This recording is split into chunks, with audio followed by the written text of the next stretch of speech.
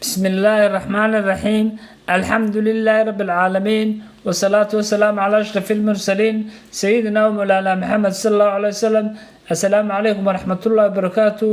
waxaan halkan ka salaamayaa dhammaan Soomaali Maxamed meel walbay joogaan. waxa ka inooga sii socon doona insha Allah gabayadii diiniga ahaa ee taxanaha. waxa gabayga maanta la yiraahdaa cidna ma bedeli kartid, wuxuuna ka hadlayaa in aadan cidna bedeli karin. wuxuuna ku bilaabay insha Allah sidan: cidna ma bedeli kartid jeero aqligoodu isbedelku ka soo ceegaagmo iskood u curiyaan maahe.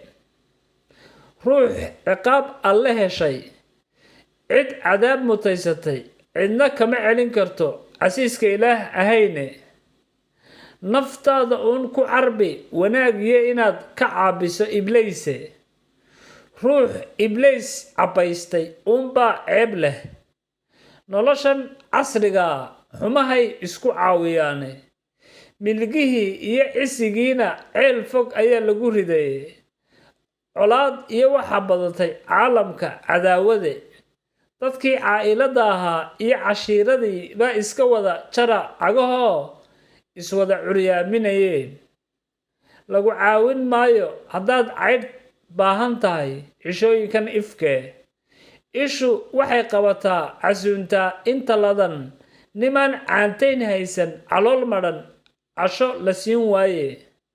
caadilka agtiisa waxa lagu kala dhow yahay midba intuu ka cabsi alla og yahay.